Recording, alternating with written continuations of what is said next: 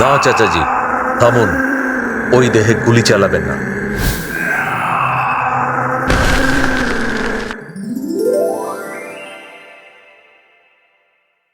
Pine গাছের পাতায় বাতাসের শো শো আওয়াজ।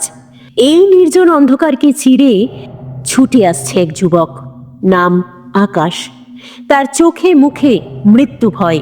সে বারবার পিছনে তাকাচ্ছে, যেন কোনো অদৃশ্য বিভীষিকা তাকে নিঃশ্বাস দিয়ে স্পর্শ করছে। রুদ্রদা, রুদ্রদা, রুদ্রদা, কোথায় আপনি? আমায় ফেলে যাবেন না, আমি আর পারছি না, আমার পা চলছে না। রুদ্রদা, রুদ্রদা, বাঁচান আমায়। আকাশের কণ্ঠস্বর প্রতিধ্বনিত হতে লাগলো, কিন্তু কোনো উত্তর এলো না। কেবল জঙ্গল থেকে এক অদ্ভুত ফোঁস ফোঁস শব্দ ভেসে আসছে, যা কোনো সাধারণ পশুর হতেই পারে না। আকাশ হোঁচট খাচ্ছে, কিন্তু থামার জো নেই। পিছনে সেই অশুভ উপস্থিতির শব্দ ক্রমেই বাড়ছে যেন। রুদ্রদা, রুদ্রদা, ওটা আসছে। ওটা মানুষ না, ওটা কোনো পশুও নয়। নীল রঙের আগুন বেরোচ্ছে ওর গা দিয়ে। রুদ্রদা, অয়নকে কি ও ওভাবেই নিয়ে গিয়েছিল? আমাদের কেউ বাঁচবে না রুদ্রদা। আকাশ, আকাশ, শান্ত হও, আমার দিকে তাকাও, বুক ভরে নিঃশ্বাস নাও। কি দেখেছো তুমি? ওটা নীল, মস্ত বড়। আমার শরীরটা কেমন অবশ হয়ে আসছে রুদ্রদা। অন্ধকার, সব অন্ধকার। আকাশ তখন জ্ঞান হারিয়েছে। রুদ্রপ্রতাপ এই জঙ্গল তার চেনা, কিন্তু আজকের পরিবেশটা একেবারেই আলাদা। যেন বনের প্রতিটি গাছ কান পেতে কিছু শুনছে। এত নিস্তব্ধ কেন চারপাশ? একটা ঝিঁঝি পোকাও ডাকছে না।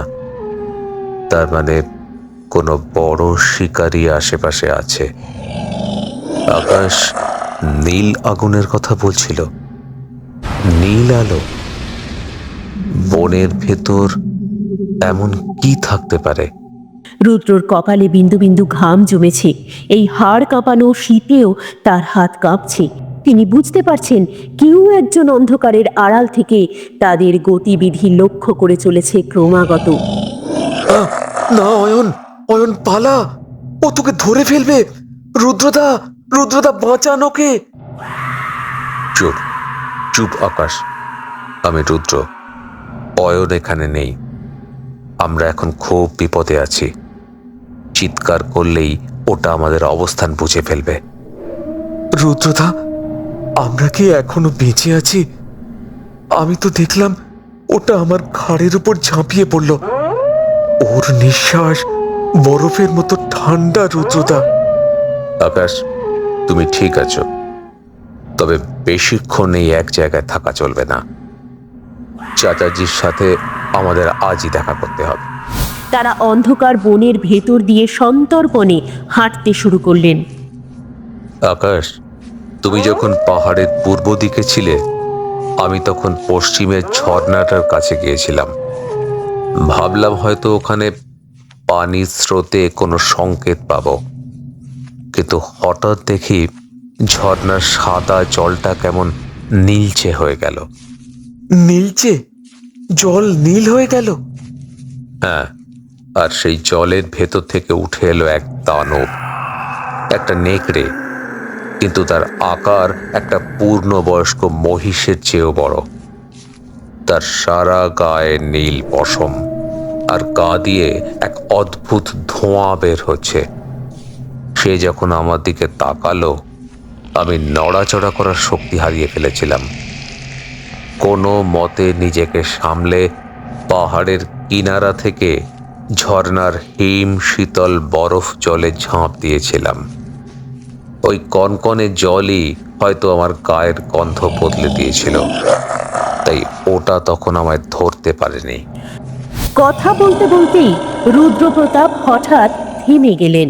আকাশের হাতটা শক্ত করে ধরলেন তিনি। সামনের ঝোপের আড়াল থেকে একজোড়া মায়াবী অথচ হিংস্র নীল চোখ ফুটে উঠছে যেন ধীরে ধীরে। হয়তো, হয়তো ওটা এসে গেছে। রুদ্রদা দেখুন। ধীরে ধীরে ঝোপের আড়াল থেকে বেরিয়ে এলো সেই দানবীয় নীলাভ নেকড়ে। তার সারা শরীরে এক অতি প্রাকৃত আভা। অদ্ভুত, এত সুন্দর, এত ভয়ানক কিছু আমি আগে কখনো দেখিনি। আকাশ একদম নড়াচড়া করবে না, ওর চোখের দিকে তাকাবে না। নেকড়েটি স্থির হয়ে দাঁড়িয়ে আছে, সে যেন তাদের আত্মার ভেতরটা পড়ে ফেলছে। আকাশ লক্ষ্য করল নেকড়েটির চোখের ভিতরে যেন এক অদ্ভুত বিষাদ রয়েছে। কোনো হিংস্র পশুর চোখে এমন গভীর যন্ত্রণা দেখা যায় না। সে তাদের দিকে তাকাচ্ছে ঠিকই, কিন্তু তার সাথে একটা কিছু যেন শোকার চেষ্টা করছে। ও কি আমাদের ছিঁড়ে খাবে রুদ্রদা? ও কেন দাঁড়িয়ে আছে? ও হয়তো সুযোগ খুঁজছে, অথবা ও দেখছে আমরা ভয় পাচ্ছি কিনা। ভয়ের গন্ধ ওদের আরো উত্তেজিত করে। মৃত্যুর এই সন্ধিক্ষণে দাঁড়িয়ে আকাশের মনে পড়ে গেল 5 বছর আগের সেই অভিশপ্ত বিকেলটির কথা, যেদিন তাদের জীবন থেকে অয়ন চিরতরে হারিয়ে গিয়েছিল। রুদ্রদা, রুদ্রদা আপনার মনে আছে? অয়ন ঠিক এই জায়গাতেই বলেছিল যে ও কিছু একটা দেখতে পাচ্ছে। আমরা তখন ওর কথা হাসিতে উড়িয়ে দিয়েছিলাম, বলেছিলাম ওটা ওর মনের ভুল। মনে আছে আকাশ, আজও প্রতি রাতে ওই দৃশ্যটা আমার স্বপ্নে আসে। অয়ন একা দাঁড়িয়ে আছে কুয়াশার মধ্যে, আর হঠাৎ করে সে উধাও হয়ে গেল। আমরা সারা রাত তন্ন তন্ন করে খুঁজলাম, কিন্তু কিছুই পেলাম না। এই নেকড়েটার চোখের দিকে তাকালে আমার কেন যেন অয়নের কথা মনে পড়ছে রুদ্রদা। অয়নও ঠিক এভাবেই যখন কিছু বলতে পারতো না, তখন করুণ চোখে তাকিয়ে থাকতো। এই নীল আভাটা, অয়ন কি এর মধ্যেই লুকিয়ে আছে? রুদ্রদা, আমার মনে হচ্ছে আজ আমাদের পালা। এই নেকড়েটা আমাদের অয়নের কাছে নিয়ে যাবে। আমার খুব ভয় করছে রুদ্রদা। না আকাশ, অয়নকে ফেরাতে পারেনি, সেটা আমার জীবনের সবচেয়ে বড় ব্যর্থতা। কিন্তু আজ আমি বেঁচে থাকতে এই অশুভ ছায়াকে তোমার শরীরে হাত দিতে দেব না। যদি মরতেই হয় তবে আমি আগে মরব। তুমি শুধু আমার উপর বিশ্বাস রাখো। কিন্তু ও তো এগোচ্ছে, ও আমাদের দিকেই আসছে। আসুক, আমরাও দেখব এই রহস্য কত বড়। নেকড়েটি এবার ধীরে ধীরে পা বাড়ালো। তার গায়ের সেই নীল আভাটা এবার যেন আরো উজ্জ্বল হয়ে উঠেছে। রুদ্রদা, রুদ্রদা, ওটা কি বলছে? ওটা কি কথা বলার চেষ্টা করছে? নেকড়েটির মুখ থেকে যে শব্দ বের হচ্ছে তা অনেকটা মানুষের যন্ত্রণাকাতর গোঙানির মতো। মনে হচ্ছে কোনো তৃষ্ণার্ত আত্মা ওই পশুর দেহের ভিতরে যেন বন্দী হয়ে আছে এবং সে মুক্তির জন্য প্রার্থনা করছে। ঠিক যখন নেকড়েটা আকাশের উপর ঝাঁপ দেওয়ার জন্য নিজেকে গুটিয়ে নিয়েছে, তখনই অন্ধকারের আড়াল থেকে এক গম্ভীর ও বজ্র কণ্ঠ শোনা গেল। সাবধান, নড়বি না একদম। রুদ্র, আকাশ, উপুর হয়ে মাটিতে শুয়ে পড়। চাচাজি, আপনি ঠিক সময় এসেছেন।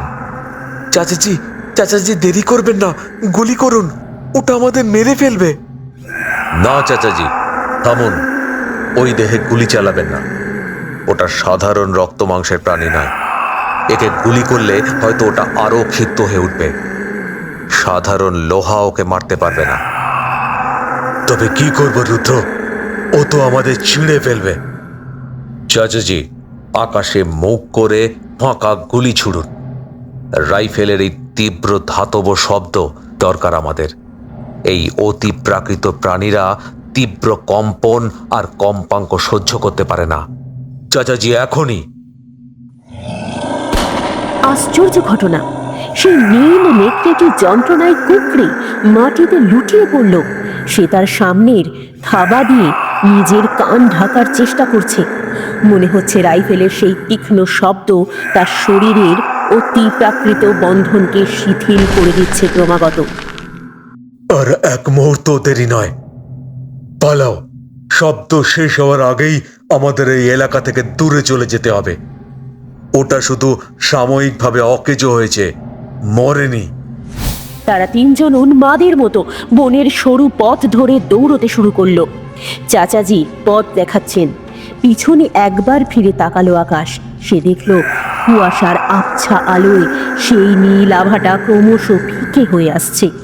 নেকড়েটি আর তাড়া করছে না, শুধু তার সেই যন্ত্রণাকাতর কণ্ঠস্বর বনের প্রতিটি কণায় প্রতিধ্বনিত হচ্ছে। যেন মনে হচ্ছে সে যেন কাউকে চির বিদায় জানাচ্ছে।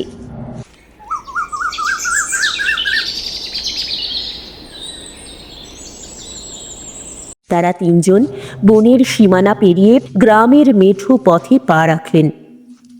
আকাশের সারা শরীর ধুলো আর রক্তে মাখামাখি, কিন্তু তার বুক ভরে যেন এক নির্মল প্রশান্তি কাজ করছে।